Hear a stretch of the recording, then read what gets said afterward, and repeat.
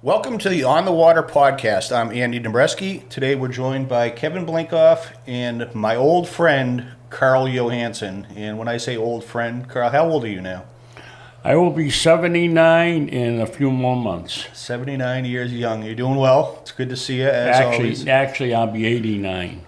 Will you really? Yeah. I was going to say, but... Yeah.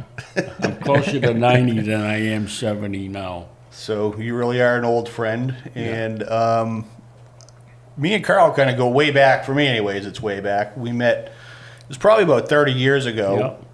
I had just graduated college. I got my first job out of college in Falmouth down in the Cape. I was commuting from Pembroke every day and crossing over the Cape Cod Canal and started fishing it. Really kind of got into the canal scene, before and after work, and actually landed a part-time job at Roy's Bait and Tackle, which a lot of people probably today aren't familiar with, but it was one of the bigger shops on the canal. It was down towards the railroad bridge on the Cape side, owned by a gentleman named Roy Brower, who I've lost touch of. I don't know if you've heard anything Yeah, from him. he's still alive. I ran into him about 2 years ago. He was still doing okay. Oh, good. That's good. Yeah, I've always wondered. I've seen his sons, Johan and Chris, I believe was their name. Right. He used to work in the shop occasionally, too.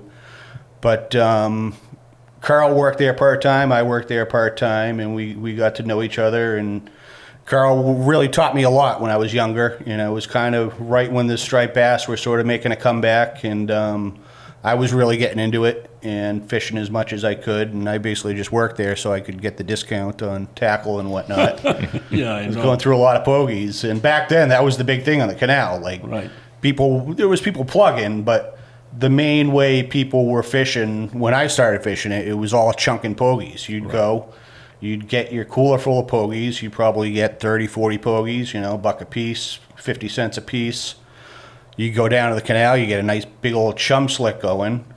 And after you got your slick going, you'd throw a chunk on and you'd free spool it on a conventional reel. The new conventional reel was the hot ticket, 7.5, 8 foot rod. And that was kind of the main way that people fish the canal, and I don't think I've seen somebody chunking a pogie in the canal in the past 10 years. I haven't either. And I'm sure, you've seen many more changes than what I've seen in 30 years. When did you start fishing the canal? I started fishing the canal right around 1942.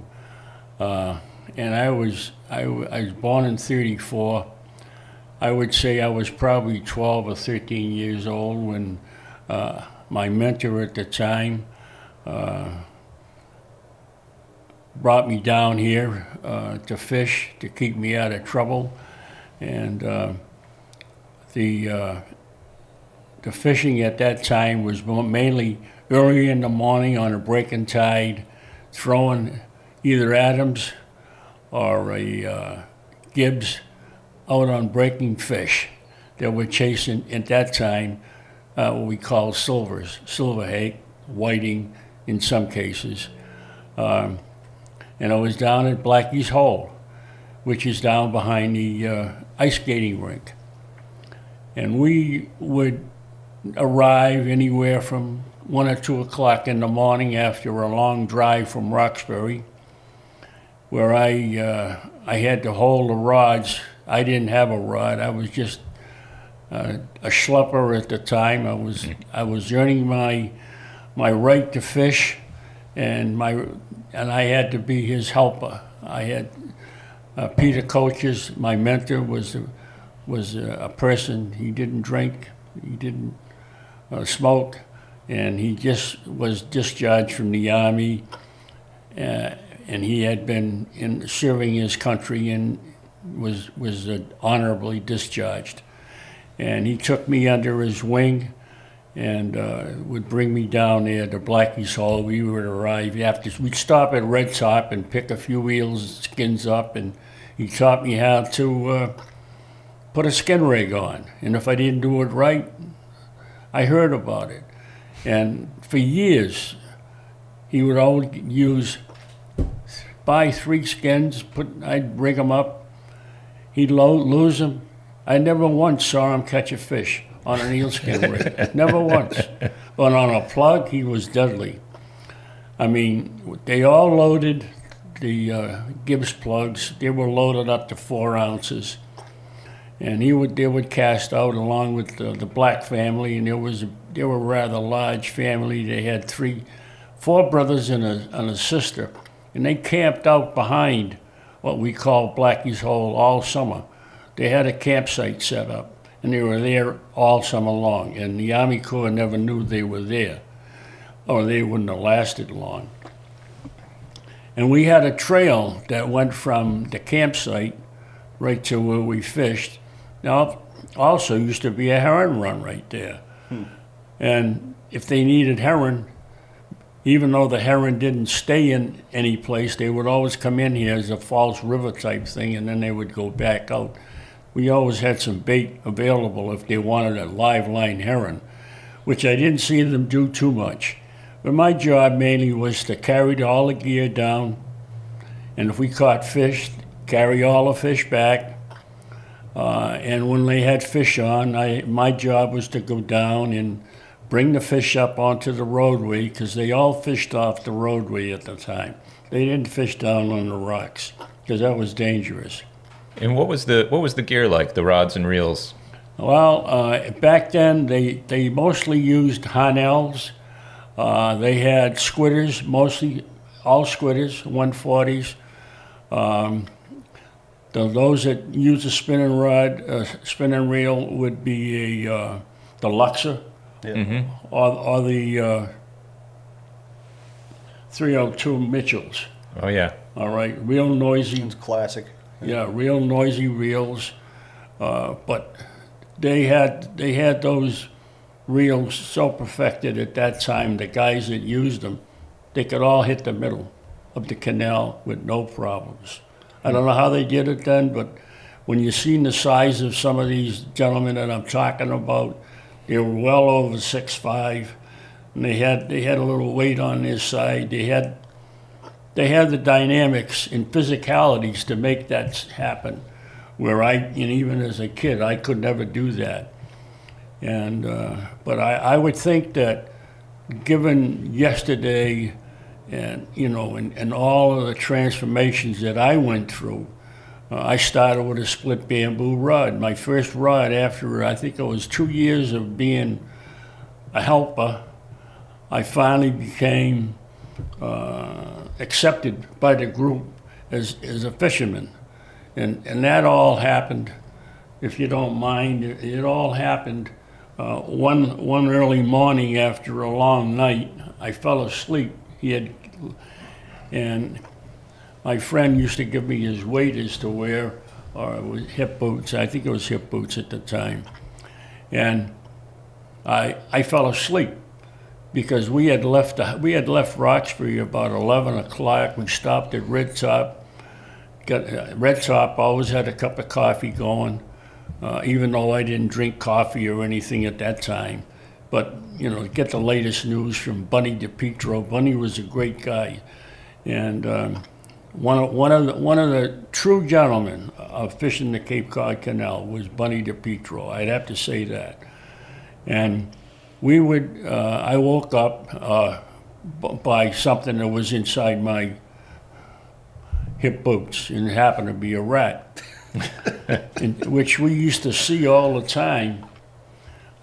At that time, the rats were all over the place. You couldn't, even in the middle of the daytime, you couldn't get away without seeing some activity from these creatures.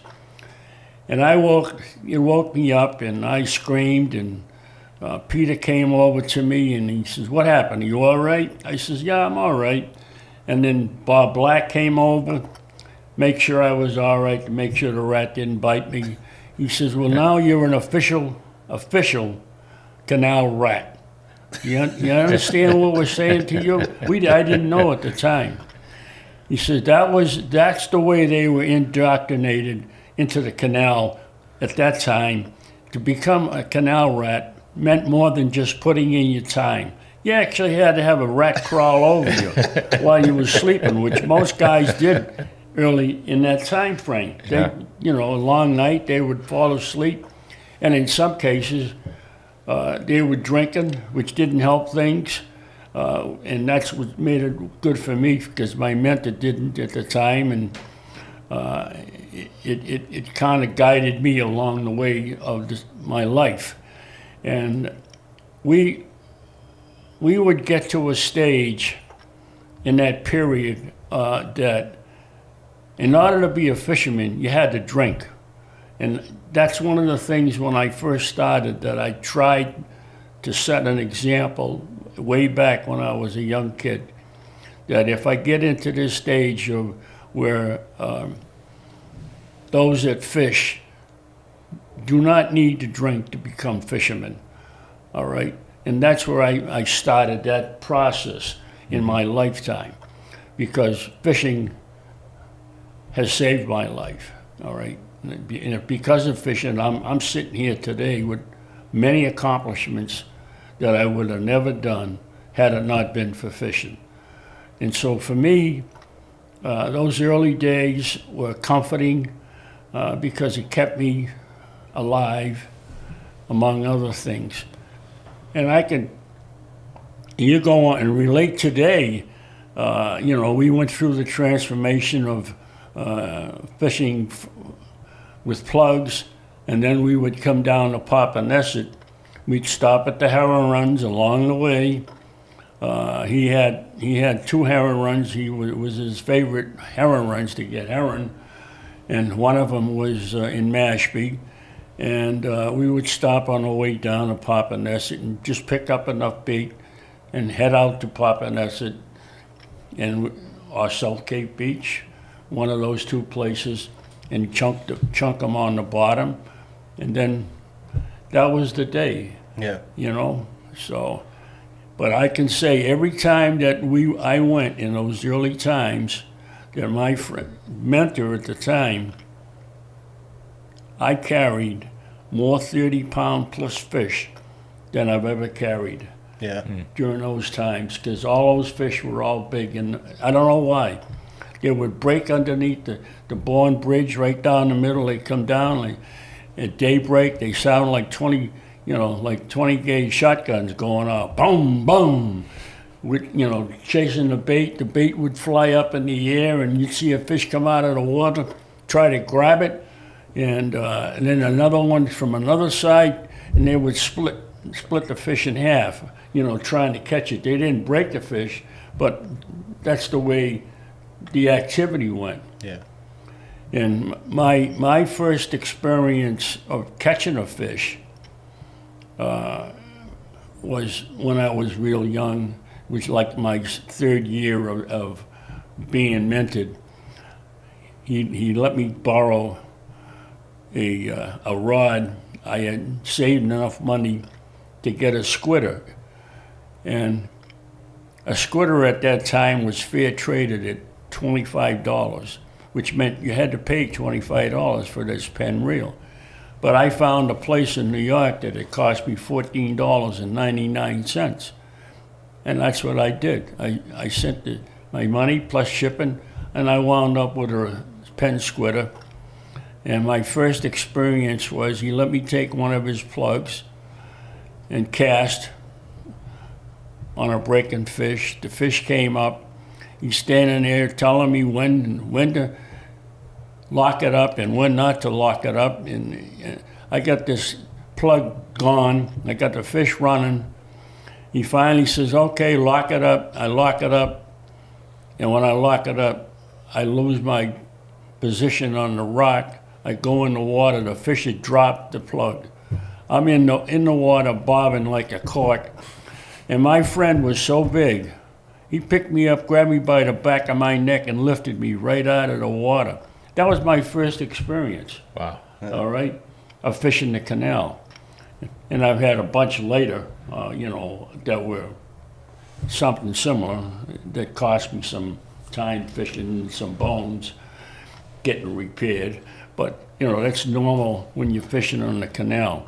The rocks are never firm. they're always, if you go on a rock, no matter how firm you think it is, it's not. It's going to move. You just got to be very cautious of where you fish. That's why today I can only fish in some places because your balance is, when you're young, the balance is there. When you get older, the balance is not there. And you have to be more careful as you get older because the bones take longer to heal. So Yeah, it certainly is a dangerous place to fish, and it's It like you is. said, because the rocks are unstable. And a few years ago, I was there. I actually saw a guy wearing a helmet, and I kind of laughed at him at first, but then I got to thinking after I slipped and almost fell about 5 times, like that's actually not a bad idea. It's an easy place to get hurt. Well, I can relate to that. I have my brother-in-law who actually passed as a result of falling in the canal and Really? hit his head. And I have my other good friend. He can't walk anymore because of the same type of a thing. And we used to fish down at the ironworks, which is where the refueling area is. And for many years, there was only a few of us that knew the size of the fish that came out of that place. And he strictly a catch and release type guy, and he caught a nice fish, went down to release it, and on the way back up he slipped and fell backwards and bumped his head all the way down to the water. And then 6 months later, they carried him out in the ambulance. That's why you have to be, I mentioned that, it's important for people to remember, safety is one of your priorities that you have to be always aware of. Yeah, especially a low tide too. Those Oh, rocks yeah. get greasy, and Right, unless especially you get when- on one with barnacles, Right. you're hanging on for dear life to get your balance in there. Yeah. Balance, as you get older, you find that your balance is not as good as it was when you're young. And even though my heart is still on the rocks, I can't go there anymore Yeah.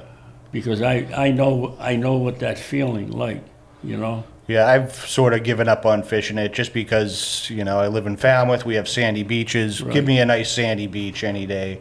I'm probably not going to catch as big of a fish or maybe as many a fish, but for me, it's a better experience than Absolutely. dancing around on those and the- slimy and- rocks. And the thing here is, during those time frames, we used to fish for all species of fish in the canal. The canal had scup that we fished on, sea bass we fished on, fluke, flounder, pollock, smelt. During specific times of the year, we're all available. Not like today, where you might have some scup, you might have some sea bass, and you will have striped bass. So everybody's concentrated their efforts on one species of fish, which eventually is not a good thing. Sure. And the people that are fishing there don't understand that these other species are still available, but you have to work to find them. Yeah. But they are there. Yeah. I know they're there. Just got to lose some tackle to get them. You got to change your approach. You got to do a little experimentation, but you got to get down there on the low water to do Yeah. it. That's when you find out the specific areas within the canal that you can catch these species. You mentioned pollock. That's something I really haven't seen or heard of in the canal in as long as I've been fishing it for the last 15, 20 years. What was the pollock fishing like? The pollock fishing was fast and furious. Really? And when we had, at the same time when we had the codfish there, we would get the pollock. The pollock sometimes were not as large as the codfish, but in the spring, when the pollock all got up into schooling, they would all be nice big fish. And my last time was probably 12 years ago. I was jigging down at the ironworks in one of my favorite places that had some nice fish. I hooked a pollock that was about 10 pounds. It was the last one I've ever seen. But when we used to fish in the fall for mackerel, it was a good time also. We would get the small harbor Yeah, I've pollock. seen those caught when, Right. like you said, when people were mackerel fishing at the bulkhead at the east Right. end. And that was But I've always, never seen a large. no, in the last pollock number of come out of years, there hasn't been any harbor pollock in there, which is which to me is a problem. It's telling you something, but Sure. you know, Yeah, let's back up too. You mentioned smelt. Yes. I've heard that people used to get them. Where would you fish in the Sandwich Marina? Is that where you yes, would? we used to go down on the docks of the Sandwich Marina, and bring our lanterns down there and fish at night. We had to get permission. We would fish off the backside of the entrances sometimes, but the floats were the best when they were there. Yeah. And most of the time they were only there for a short period of time, then they were gone. And what time of year was that? That was in the fall. In the fall? It's somewhere around Thanksgiving, somewhere in that area. And they would show up. They were migrating through the canal, and they would use that as a resting spot. Gotcha. All right? Just like, believe it or not, today, when the bass are around, they use it for a resting spot as well. Yep. When you go out of the Sandwich Marina and you look at your chart, sometimes you'll see some big marks on the bottom. Those are all striped bass sitting there waiting. Yeah. All right. It's like when they dug that canal, they custom made it for habitat for a striped bass. It's just Right. perfect. A lot of current, Right. a lot of big rocks where they can duck out of the current. You're right. You got a lot of, lobsters, you got a lot of crabs, you got fish. It's just, if you could design a spot for striped bass, Right, that would be- is exactly how you would make Right, it. It's like because the Cape Cod Canal, deep water, Exactly. steep banks, a lot of current. Right, and when the water would flow out, the bass would sit right on the edges and wait for them. They didn't have to move. Yeah, They just sat there. The ironworks, where the water came out of the power plant, was also another place. They would stay there all winter, yeah, all the way up in the back. And I used to feed 2 or 3 50-pound plus fish every time I went down. yeah. I never tried to catch them. I always, just sit there to watch them. Throw some feed, and they take it, and then they would scoop back up inside. I made the mistake of telling that to one person that I didn't know was selling fish. And he went up inside at night with a 100-pound rope. That's what I call it. It's a hand line, codfish line, with hook. And he used to use squid. He pulled them all out and sold them. And after that, it was, You caught your pets. yeah. He caught my pets. And my friend Bob Small, he and I used to have a lot of fun doing that. Yeah. Sometimes we would fish underneath, the walkway that goes over. There would be some small fish in there, and we got so we could sling the bait and let it skip across the top of the water and get it 8-10 feet underneath the road and just let it sit there. All right, and when it started to move, you had to set the hook before they started going the wrong way, because if they started to go up high, they would take the line and break it right off underneath the bridge abutment. But if they came out in front of you, you had the whole Cape Cod Canal to fight them. So, but I think that those are the bass use that as a resting area as well. Yeah. They would come up in there. Matter of fact, if you ever, even now today, if you look at those 2 draw-ins that are on either side, where it's all high fenced, there's holes in the iron there. If you concentrate and look straight down during the summertime, you'll see the bass come right through those holes and sit right in there until they decided they want to go back out. Yeah, I always got the impression that when the tide was really moving, the bass would just camp out in one spot, and they'd all have their little holes that they'd sit in, and then on the slack tide, they would kind of move around, resettle. Exactly. So I used to tell people, if the tide's moving, you should be moving too. Just keep moving. Right. Don't stand in one spot and keep casting, because the fish aren't moving around a lot when the current's ripping. So the more mobile you are in that window, the more More your odds of encountering a feeding fish increase. One of the things that I learned early on, because I love jigging, I believe that jigs still outdo plugs, but that's another Yeah. story. But the thing here is I like the jig because I could walk with them. I call them walking my jig. If I'm running west, the water's running west, and I get up at the power plant, for example, I can get on that. There's one stretch that's all open. I can begin at the beginning of it, get the jig on the bottom, and just walk with it. Walk all the way straight down to where I had to stop and turn around and come back again. But I would let the jig bounce off the bottom while I was walking, Yeah. and it was always a better productive situation. Yeah, you're getting more time in the zone by Right. doing that. And you always caught some fish. But when you're dead sticking, which you can do in the canal, a lot of people don't realize, you can fish the canal on the bottom with less than an ounce of weight if you know where to go. Yeah. There are locations where the water you throw into a current, and underneath the current is a backwash, and you have to watch that backwash, and the backwash would come and settle right in a hole, and just let it sit there with the short rod. Yeah. We used to use the same rod for live lining that you mentioned to chunk, Yep. bait. And if you look for the currents, where the currents were, and you would soon find out which way the backwash was. At the bottom of those backwashes, there was fish sitting, They're magnets. Yeah.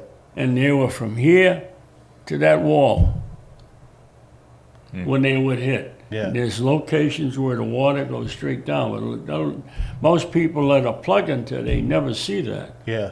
because they're just looking out here. But right underneath their feet are some places that the fish will congregate, and you can have some nice luck. You don't always bring them in, but you'll catch them. Yeah. I think it was you that told me this. I could have been somebody else, but as you're going along the canal, you'll notice almost like a white, it's not a picket fence, but you'll see a white fence with two posts, might be 10 feet long, and they're sporadic. It's maybe every quarter mile you see one of these. But I was told those mark like tunnels that come into the canal that are drainage pipes. Wherever one of those is, there'll be a hole immediately in front of it. And I know there's one on the Sagamore Bridge on the mainland side that I used to fish quite a bit. But there's so many subtle nuances of fish in the canal. Oh, You can- absolutely.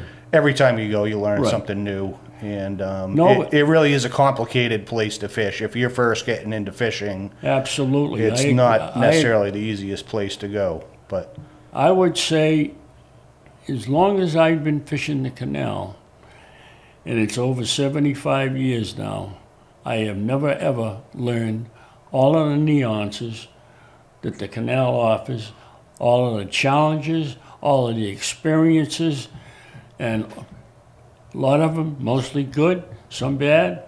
But the thing here is, overall, there's no, as far as I'm concerned, there's no one expert when it comes to fishing the canal. yeah, Because you all have to figure out the best way that you want to fish.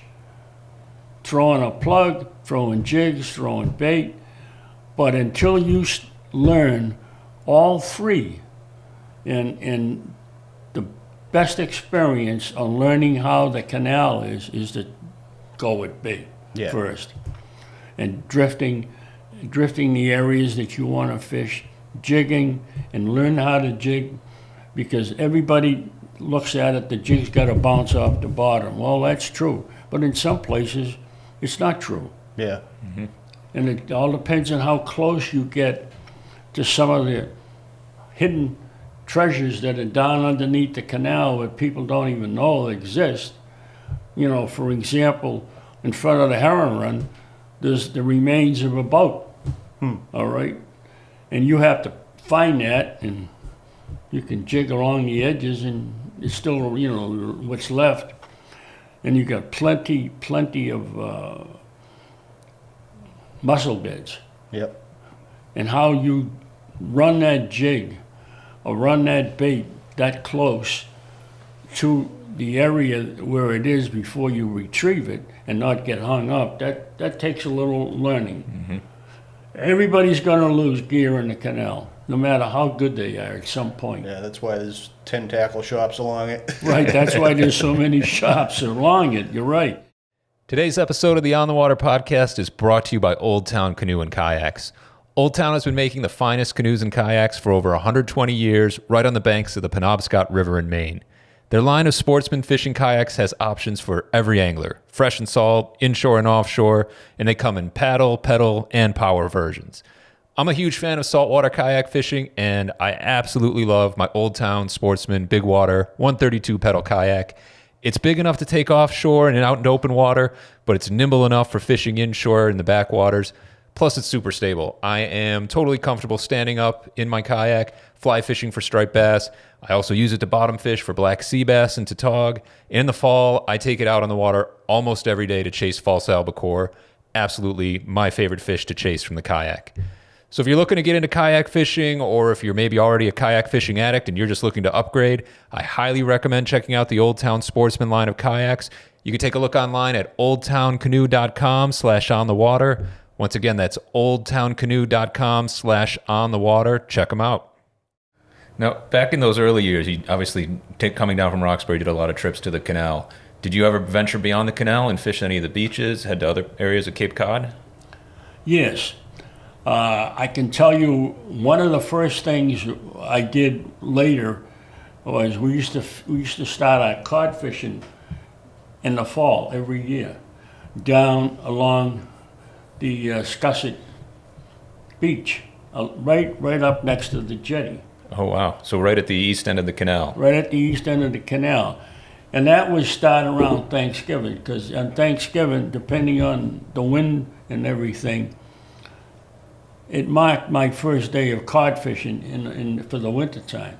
After Thanksgiving dinner came, I would pack all my stuff and we'd either go down, Bob Small and I either go down to there at the Scusset end on the beaches, or we'd go down to Castle Island. Which is in Boston Harbor. Yeah, and fish the Boston area. It might have been Hull, it could be off Duxbury. We fished off the piers of the Duxbury Powder Point roadway. Bridge. But I did very little fishing down at the west end at the time. Mm-hmm. The big place, the big to do around Bell Road. When I was mentored, my friend would take us just down there, and he would never stay there, even if they were catching fish. He just said, it had a bad reputation. Yeah. That's all I can say. And he didn't want to have any part of it at that time. And that was early. So later it changed, and then later it changed again. These areas come and go. There was one area which we call the Lepers, which is behind, it's real close to Red Top, but it's on the left down behind right where they're making those new condominiums right in there. Yeah. Mm-hmm. That's a place that they used to fish, all right? And they mostly, they did their stuff, but they were all good fishermen, and they all respected the resource no matter how they got, and you couldn't fish with them unless you respected the resource. Why was it called the Lepers? Because they were a motley group of The characters that fish there. Yeah, they all imbibed in both cigarettes, drinking, and drugs. Yeah. Not 100% of them, but mostly.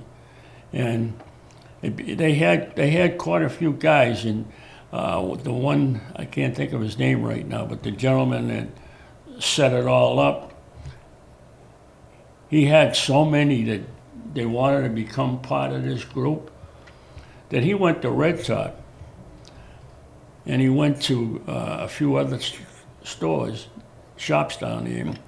He says, if my guys come in and they say they're part of the lepers, I want you to give them a 10% discount on their fishing gear. And Red Top agreed. A couple of the others didn't. So the word was, if you need stuff, you go to Red Top. Don't go to these other shops. So that's good.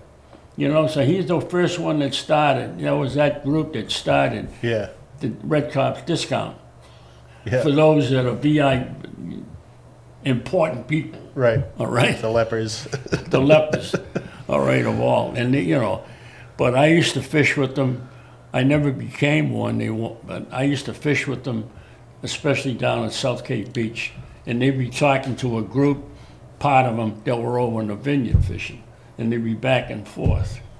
And I enjoyed, you know, the fact that you'd go down to their encampment on the canal. They also was set up like the blacks were, the Bob Black family. They had their campers, they were set up, nobody bothered them. Yeah. It's a All free right. for all. And they kept the area clean, all right? And if you came down there and you left your stuff, they would say, hey, pick that up. And if you said whatever you said to them, and they would pick you up and say, you know what? You got two choices. Either you're going in the water or you're going to put that in the bag. Yeah. So you make the decision right now what you're going to do. Because we don't fish down here like we leave this place better than we find it every time we come. Yeah. So, and they had a good philosophy that way, and that's why I liked fishing with them. I didn't like the other part, but that's life. That's another interesting part of the Cape Cod Canal is the names for the various spots. And I think there's a lot of history there that a lot of people aren't familiar with. I'd be curious if you know, some of the stories behind the names. You got Murderers Row and, I would tell you this. My back in those times, they didn't like the idea of telling you what pole you were fishing at. Yeah. You could not mention the pole number. So somebody devised a way of, in my opinion, of getting around that by assigning a name to them, like Pep's Rip, Blackie's Hole, Portuguese Hole, and they all, High Bank, Grossman's. There was Starland. there was two Grossmans on the canal. There was one on each side. One they called, if you knew, you thought, the one that was on the mainland side was called Grossman's, but there was a Grossman's on our side of the canal. But they call that the lumberyard. Yeah. All right, just so, and if you knew that, if you fished in that group, then you would know the difference. But if you didn't, you'd be looking Yeah, no for clue. whatever. But Portuguese Hole became real famous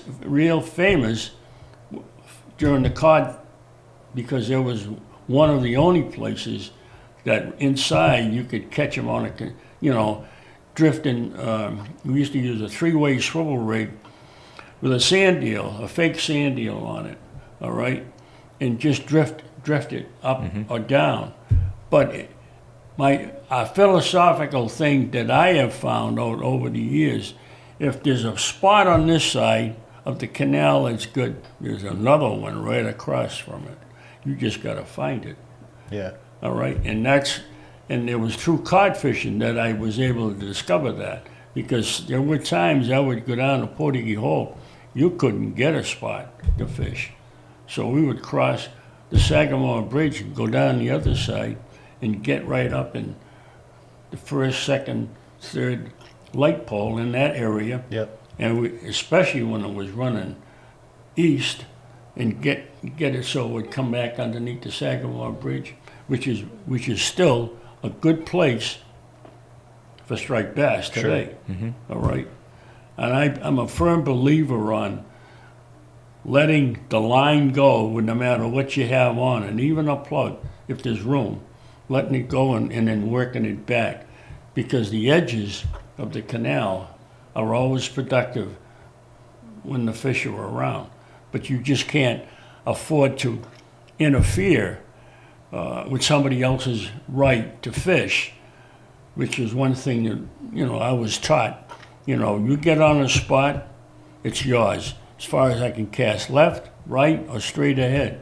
And anybody that want to fish next to me would have to ask me, and they have to be using the same outfit that if I was jigging, they'd have to be jigging. If I was bait fishing and just drift fishing, they would have to be. But today, it don't make any difference. They have no... Yeah, etiquette is dead. Yeah, right. It's On the just, Cape Cod. everybody wants to have it. You make a big cluster, and, we had clusters when we were heron fishing with heron, live heron, especially at the heron run. Oh, my. Yeah, I remember that. That's when I first started Oh. fishing there in May into June. Yeah. That was the spot to be, and you'd be elbow to elbow down there because you were getting the herring right out of the Right. run. The contraptions people had made up to move the herring. You see guys with hand trucks with live wells, and everybody had the herring baskets, which were made out of a clothes basket. Yep, you're right. You put some burlap on the top, and I still have mine. I still got one too in my basement, and hoping someday I'll be able to use it again, but I probably never will. And you'd have styrofoam, and you'd float that out in front of you, Right. and you keep your 12 herring in that. And Yeah.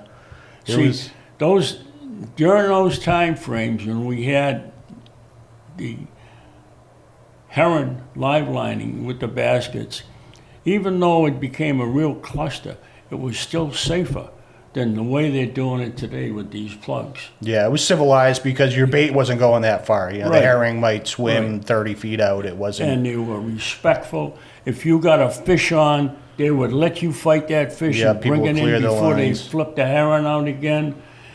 Today, for me, they see somebody on a fish. Oh, they want to catch the same fish you're on, and so they make it harder. And you get people that get hooked because they're not careful, and I've taken a few hooks out of people, but it's always on their hands, never on their face or head like we've been getting lately. Yeah. And that's dangerous. But I would, the fish piers, as far as in the fall, when the mackerel came in, they would get real crowded too. Yeah. But everybody was respectful of each person that was there. And if you got a load on, and the load could be 6 mackerel on a rig, it's hard to fight. 6 mackerel, even, I can't handle any more than 3 now. Yeah. But, I mean, we used to fill up, we make our own jigs, Yeah. our own rigs, and we hook them up. And sometimes, early on, we used to catch them on the top, so you didn't use a lot of weight to get through it. And then lately, the last bunch of years, I catch them right on the bottom. I just let it roll along the bottom. Yeah. I let it sit, roll, and just hold the rod, bop, bop, bop, bop, bop. And that's typically like a November bite when you get Yeah, the mackerel in November, December, and even January sometimes. that late. Yeah. It all depends. It all depends on the fish. They get finicky, and for some reason this year there was a lot of fish, a lot of mackerel, but they stayed way off. They Yeah. stayed out in the Stellwagen area, and they didn't really come in for some reason. But hopefully this year they'll come in. We touched on cod from shore, Okay. but I'd like to talk a little bit more about that. It's still kind of a mystique, especially among younger anglers. And you do very occasionally hear of somebody actually getting one, but it's almost unheard of these days. Right. But you're one of the few people that I've talked to that kind of fished through the heyday of the cod from shore. And whether it ever comes back remains to be seen, but it's not looking good. But I'd just like to talk about like the locations where you used to do that. You mentioned Scusset, but I know the Outer Cape was also a big spot for that. The Outer Cape in the springtime was good, all right? And the guys that had the little boats attached to the top of their vehicles, they go out in a race, load those boats up to the gunnels with pollock and codfish and big ones. We didn't have that blessing sort, everything we did was walking. We carried 2 rods with us, and we would fish. We would start sometimes, like I say, at Scussett. We'd work our way down along the beaches all the way up into Boston Harbor. And Hull was one place. We used to fish behind the high school in Hull Gut. Yeah, we think that would be, it's deep water. It was deep water, had to move.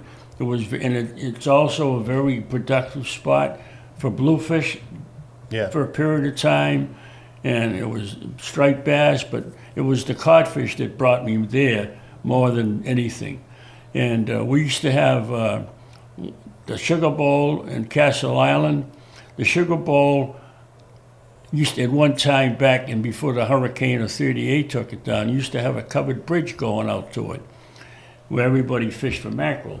And that's why today it's a good mackerel place. But we used to fish the Sugar Bowl, and I would have to take the streetcar and the bus, and it wasn't fun.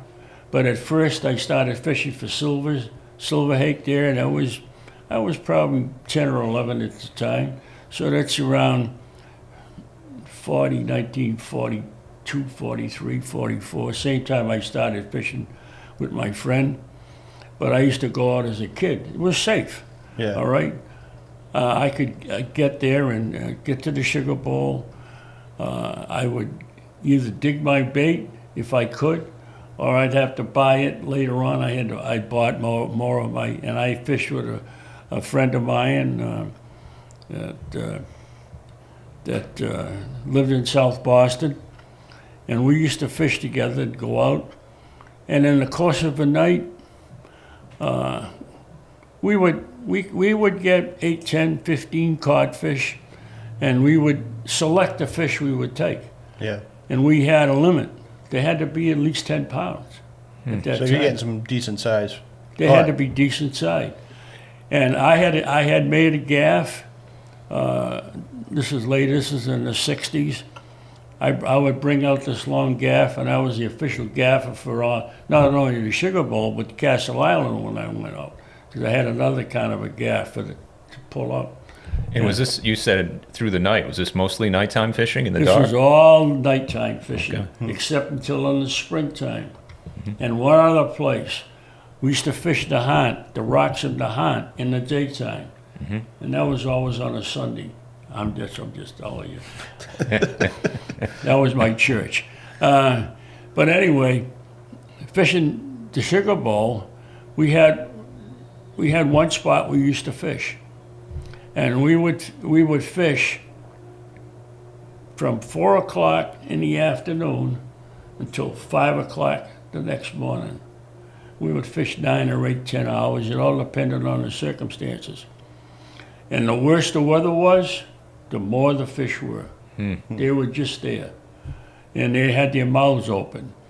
And I met one of the world's famous wrestlers there, Killer Kowalski, and he used to get driven out there with his wife or whatever it was in his long Cadillac. He'd come out there and take his 2 rods out and fish. And one winter he brought out 3 midget wrestlers, and they did their routine for everybody, and they all got a standing O. I mean, it was 2 or 3 inches of snow on the ground, and they did it across the rock pile there, doing their dance. And then he liked to fish alone. He was a very, I don't know how you call it. Quiet. Huh? Quiet. No, he wasn't wild. He wanted the peace and comfort of fishing. All right, because of the business that he was in. And I never talked to him about wrestling. All right, never talked to him about wrestling. But I can account that he was a big man. He was strong. He loved to fish. And we used to be out on Castle Island. And just to give you an idea, we were on Castle Island fishing one night, he shows up and he says, "How's my friend Carl?" I says, "Fine, how's my friend?" And he go all the way down to the end of the pier to be by himself. All the rest of us are on this end. I had my windbreaker up. We got a fire in a 55-gallon bucket to keep us warm. And he'd go all the way down the end and fish. And, you know, he didn't care if he was talking to anybody because he was talking to somebody, but I wasn't one of us. And he didn't drink, he didn't smoke, and, you know, he just was wanting to fish. So we're down here one night, and two kids come out, and he started giving, they went all down, they started giving me a hard time. And I went down to him, I says, "Look," I says, "you don't want to mess with him." I says, you don't know who he is. We don't, and they started giving me the whole stuff. I says, "Hey, look," I said, "I'm just telling you, don't mess with him, all right?" I went back fishing. And I looked down, and the next thing I know, I heard him say, "I've already asked you in a nice way to leave me alone. I just come down here to fish." Oh, okay. And they started on him again. So he put his rod down. The two kids are in front of him. He grabbed one each by the throat and lifted them up over the railing on the pier. And they're out over the water. If you ever let them go, they would have been dead. He says, "I'm asking you politely to please leave me alone." Put them back on the pier, and you never saw two guys pick up and take off so fast. They got so fast, they left their bait there. I went down to them, I says, "Hey, here's some more bait to fish with." And I never forgot that night. Yeah, probably never saw those kids again. I never saw them again. And I used to fish down here all the time. Even when the hurricane took it down in 80-something. But anyway. Carl, if you don't, I'm going to just jump to another kind of topic here. You and I have talked before about mentorship and passing on fishing to the younger generation.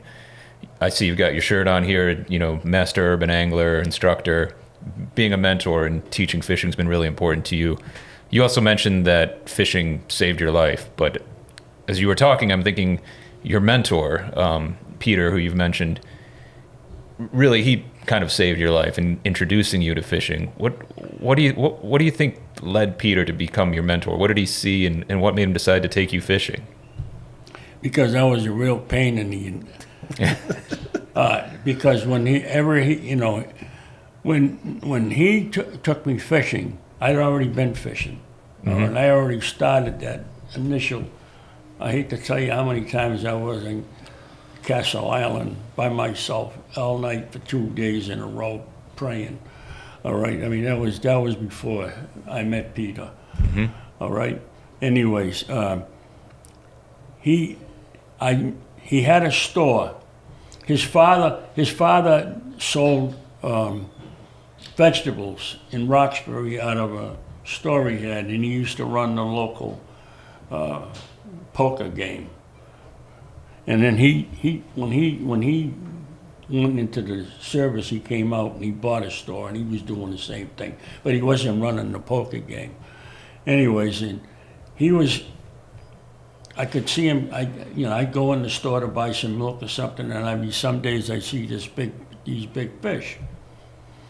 And I'd already been reading articles about my friend Frank Wilner, who I get to later fish with, but he was writing at that time the local reports about fishing the Cape Cod Canal and all the big striped bass. And so it was through that, and then when I saw, I would talk to Peter about it, and then finally, I knew nothing about striped bass fishing at that time. It was all about codfish and smeltfish, anyway, and flounder. But he would give me a hard time, all right? He says, here I am, knee-high to a grasshopper. He says, you're not, your mother and father gonna let you out at 10 o'clock, 11 o'clock at night to let you go fishing with me? I says, yeah. All right. So he set the first time I set up with him was he was leaving Friday night. At that time, that was the beginning of Route 24 being built. He was he was helping building that, so he knew all the way down here. At first, we used to come down Route 3 all the way, all right? But then when he started working on that, we were one of the first ones to drive on 24 with no road. And anyways, I got up 10 o'clock. I had no gear. I had nothing, just myself. And he's got the rides. He got a small car. And he says to me, he says, well, get in the car. All right. Roll the window down. Okay. Roll the window down. He says, okay, I'm going to pass in the 2 rods. He says, now what you're going to do is you're going to keep your hand out and prevent it from wrapping on the car. I says, oh, okay. So by the time we get down here, I couldn't feel my hand because it was outside. And the first thing he teaches me is how to how to rig a skin eel rig. That was the first thing. And then he says, you're going to be observing whatever. And I catch fish, you got to bring them. All my gear you're going to carry to where we go. All my gear you're going to carry back. So I says, no problem, no problem. So then eventually, because he ran a truck and sold vegetables out of the truck, he gave me a job of working with them again, and I got a few pennies, whatever it was. But the fact is that he was a veteran. He had standards. He knew everybody. Everybody knew him, and he knew everybody. He'd come down, hi Peter, hi Peter. The blacks, when he fished with the blacks, we would get on the canal. You couldn't see 2 feet in front of you with the fog sometimes, with hardly any light, because they never fish with light at all. And all I'd hear is that you, is that you, Peter? Yep, okay, we got you set up right here. All right, we got the 2 spots, and I know where those spots are, because I fished them myself later, all right? And I know they still to this day catch fish. And, and some people try to say, oh, that's a secret. Been a secret since the 40s. It's no secret. That's what cracks me up. But my mentor kind of initiated my spirit that I wanted to follow, because we did smelt fish and together. He never caught fish with me, but smelt fish, he loved smelt fishing. We used to smelt fish together all night long. I mean, I could fish all night long. Night fishing for me is fishing, because I had the solitude and I had the darkness to think about what my life was already at, all right? I got an abusive father. I'm in a bad neighborhood. I'm trying to do the right thing. I believe in God. I believe in prayer. I don't like approaches. And I after that life started, I joined the Navy. And when I got on board my ship, there was only one other fella that fished, the ship's barber. And he was getting discharged. And I said, and he was a man of color, but we were like this. I mean, we talked about fishing. I don't care what kind of fishing. He liked it. He left the ship, and the captain asked, and I brought my fishing gear aboard the ship. I had a couple of spinning rods and this and that, and I would keep them under my rack. And the captain says, Carl, how would you like to be the ship's recreational officer? I says, I'd love it, sure. He says, well, we'll give you another $75 a month. I says, oh, I'll take it. I was just married, all right? And my first son, was born in the Red Sea, We were married, and 9 months later she had, and I hadn't been home since we had got married, and my first son was born, and I was in the Red Sea anyway.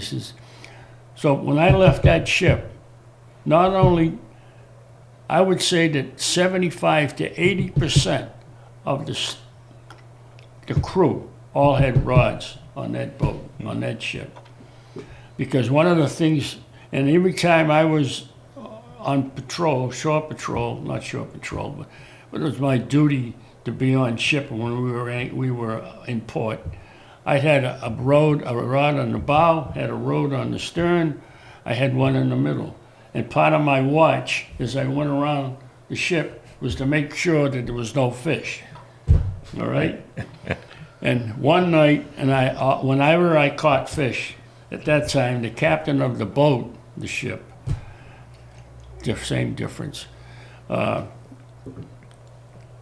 would give it to a steward mate. Back then we had Filipino people working towards being citizens of the United States, and they worked on the ships, and they were mostly cooks, all right? But the captain had his own chef, and I would give it to the cook, and he would cook it up for him, and he loved it. And so the captain and I were pretty good. I would have my watch, and he'd come up to me, tap me on the back of the shoulder, and says, "How's the fishing tonight, Cal?" I says, "Nothing yet, Cap." He says, "Well, if you get something, don't forget." He said, "Oh, don't worry. He didn't ask me how the watch was going. He asked me how the fishing was going." All right, so I loved it, and I got along, with the officers. We had a couple of bad experiences trying to catch fish. I mean, we got into France, and the Mitchell people came aboard the ship, and they sold us, rods and reels for cheap money, and everybody started fishing even more, because we used to fish for mackerel, especially when we were in France, and squid. Oh, squid is from here to the table. And, you get a mackerel on your live line, and to see a squid inhale the mackerel and suck the mackerel all the way in and watch it is a sight. And where we were in Nice, in Cannes, you could see 60, 70 feet. You could see the fish on the bottom. That's how clean the water was, unlike in some other places. But getting off topic here a little bit. It's fascinating though, but your story, you taught a lot of people on the board the ship, passed on fishing to them. How about in your family? Well, I have 3 sons. They all fish. And speaking of that was one of my ways of getting to my sons. And whenever they had a problem at this time, I knew where to go and catch fish and where to go and not catch fish. And if I had a son that had a problem with schoolwork or something like this, I would take him fishing. And we would get all the issues out, and we would discuss all of the challenges that he was going through. And some of them had some challenges. And I used the fishing to help me get through to them. And when they had problems, we never caught any fish. All right, and when they didn't, we caught fish. And I explained to them, I said, that's the way it's going to be. So when you have a problem and you need some advice, I said, you got to let me know what you want to talk about. Just for a bunch of years, they didn't know. But when they get older, get more wisdom and wise. I have my oldest son, David.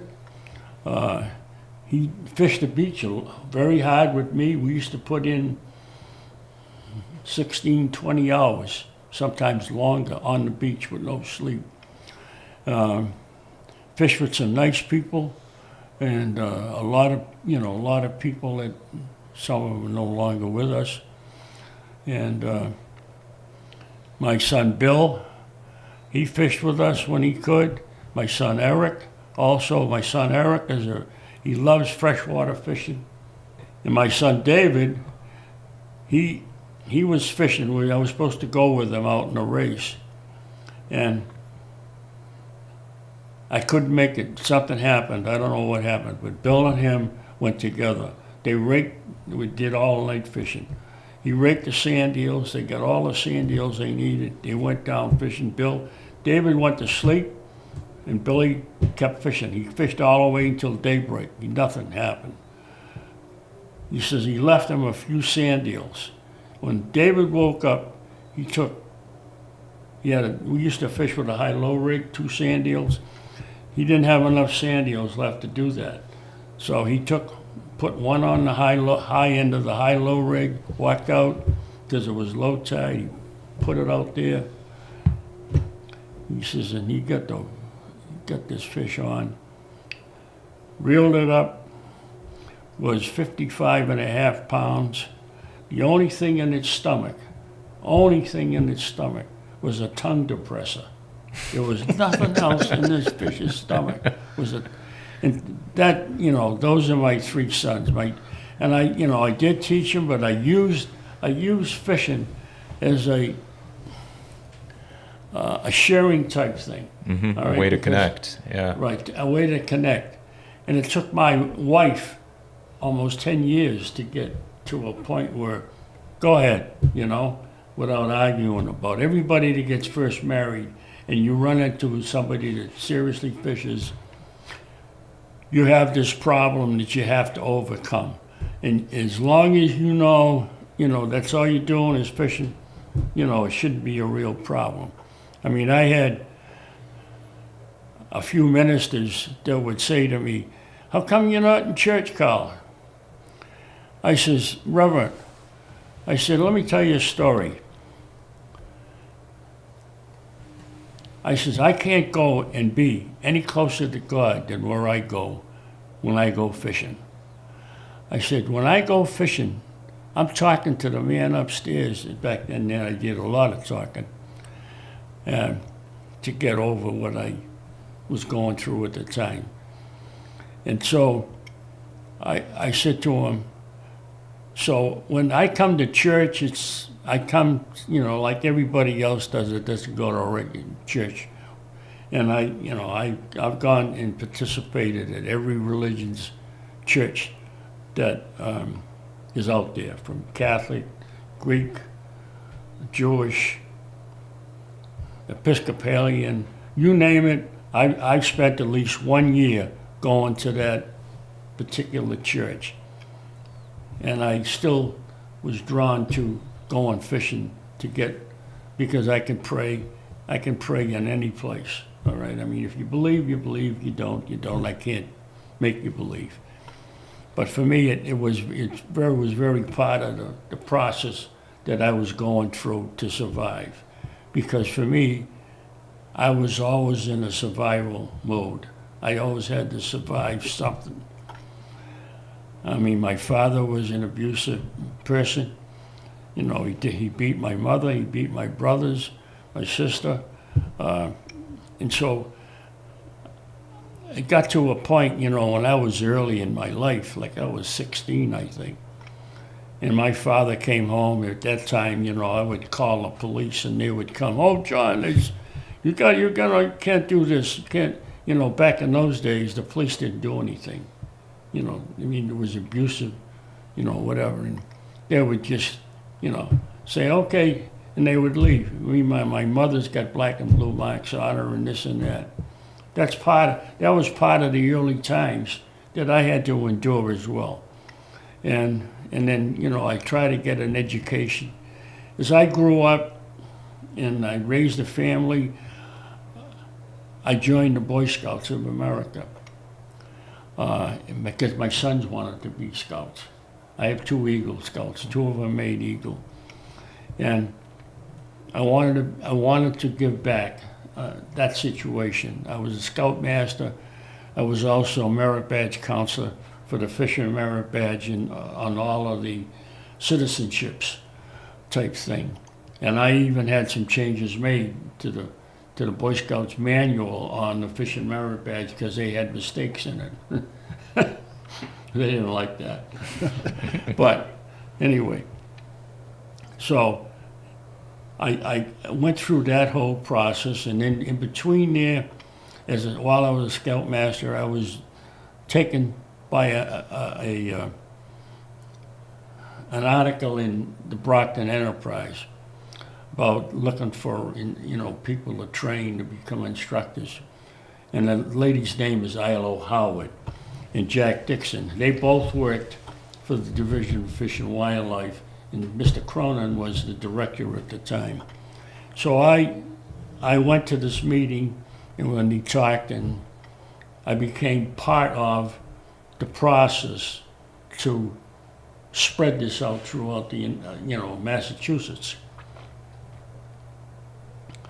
And eventually, I had to I had to also get certified. Everybody had to get certified, including the people that put this together.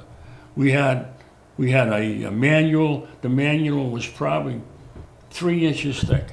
I still have the manual on, every section of fishing, freshwater, including the rules, the regulations, the environment, and we had people that were specially trained in those areas that we were able to acquire. And our workshop, which was the Brockton workshop, which Andy became a part of at one point, which I forgot to mention. Yeah. All right. And he was an instructor as well.